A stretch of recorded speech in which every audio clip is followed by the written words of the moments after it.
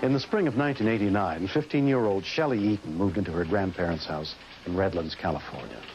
6 months later, on October 24th, a simple accident turned their quiet lives into a nightmare.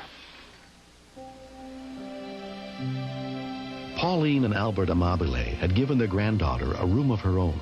Shelley and I have always been very close. She's a good girl, but she and her mother have not been getting along. And we just all felt that she would be better living with me for a while. We loved having her there. She was a big joy to us. But one Tuesday afternoon, about 5 o'clock, me and my wife were sitting there watching television. One minute everything was okay, and the next minute, just sheer terror.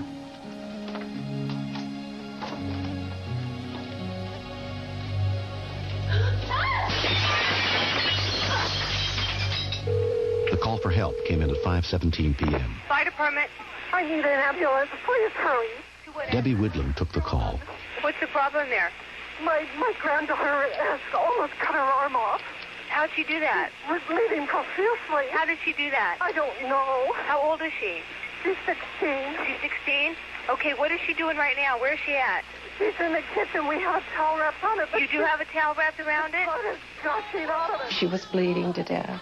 The right arm was cut to the bone, and it was cut so severely there was no way you could even hold the arm together. Okay, ma'am, what you need to do is put a clean towel around it and hold direct pressure on it. Lacerated arm. 801. From the nearest fire station, paramedic Rick Linsky and his partner responded. We got the dispatch as a laceration of the arm. We were probably out of the station within 20 seconds. Are you alone with her? No, my husband. And she kept telling my husband, Grandpa, I'm going to die. And she knew it. But it was hard. Oh, God, please hurry. The people next door came on over, and they came and they got the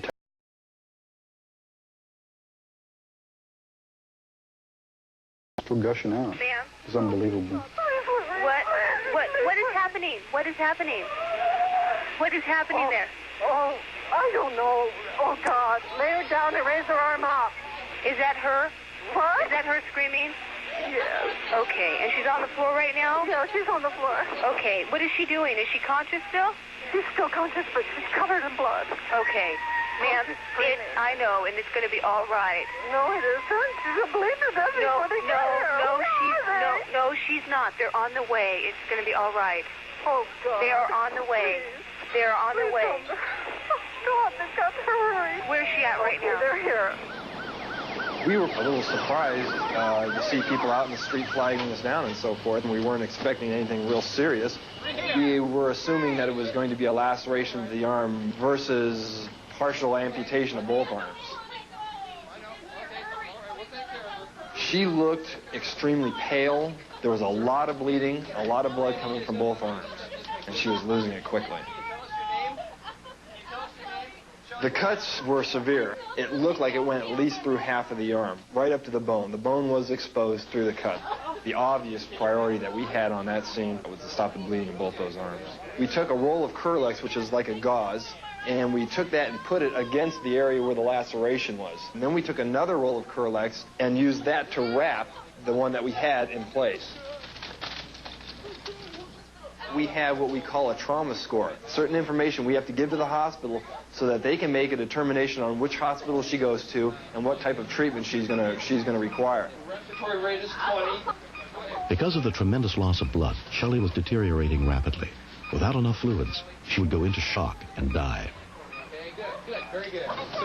Sir, can you hang back just a little bit? The biggest fear was losing her, and that was the hardest part. But I knew she was bleeding to death, and I could lose her. At the nearest trauma center, Loma Linda, Nurse Patrice Forges was warned to prep for Shelley's arrival. Dr. Ed Hackey was on call. Dr. Hackey, we have a 15-year-old female coming in, was on a chair and fell through a plate glass window. And the beauty of having these patients picked up by the paramedics is you have a few minutes to hear what the paramedics' assessment is on the radio so you can get everything ready that you're going to need. Shelley's mother, Lori Eaton, her stepdad, Bill, and her brother, Todd, rushed to the hospital. When I first heard, I wanted to be there right away, instantly. and do everything I could for her to protect her, to help her, to save her. It's just a panic. We arrived at the same time the ambulance did. When they took her out of the ambulance, she was just covered from head to toe in blood. I looked at her and she recognized me right away. She says, "Oh, Mom, my arms hurt so bad. They hurt so bad." This is your worst nightmare come true. Your worst nightmare. I was just so afraid that she might not survive. Me and my wife were in shock. We were scared. We didn't know what to expect. We didn't know if the doctors would come in and tell us that she was dead or she lost an arm, or we didn't know what was going on. And then not knowing hurt a lot because I didn't want to lose her. We realized from the paramedic information that she had lost about a quarter to a third of her blood volume, and we felt that she needed to go to the operating room as soon as possible. But the wounds take secondary preference. They could end her life if not dealt with. But also what could end her life even more is not having the blood to perfuse her brain and her heart. She was in our department about a half an hour, and then she was taken to OR. We were going fast. We wheeled her as fast as we could possibly go. And then as soon as we got to the door, they were ready and waiting for her and took her on in. One of the first surgeons called in was vascular specialist Dr. Lewis Smith. It would be very likely in this type of an injury to lose at least a portion of both upper extremities.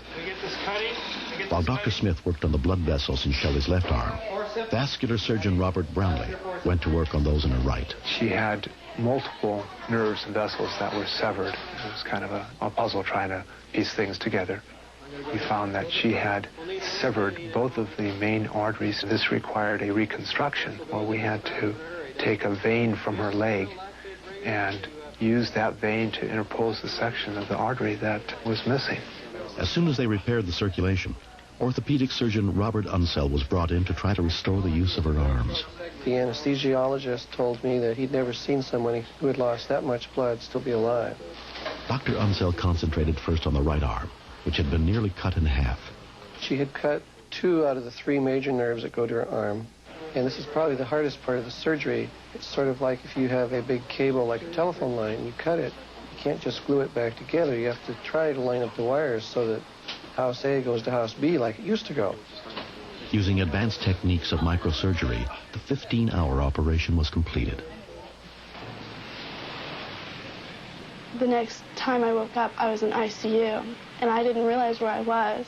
And when I looked up, all I could see was like 6 bags of blood, and they're all going into my feet, and I'm going, and IVs are going into my neck, and I'm going, oh my gosh, what's happened to me? What's happened to me?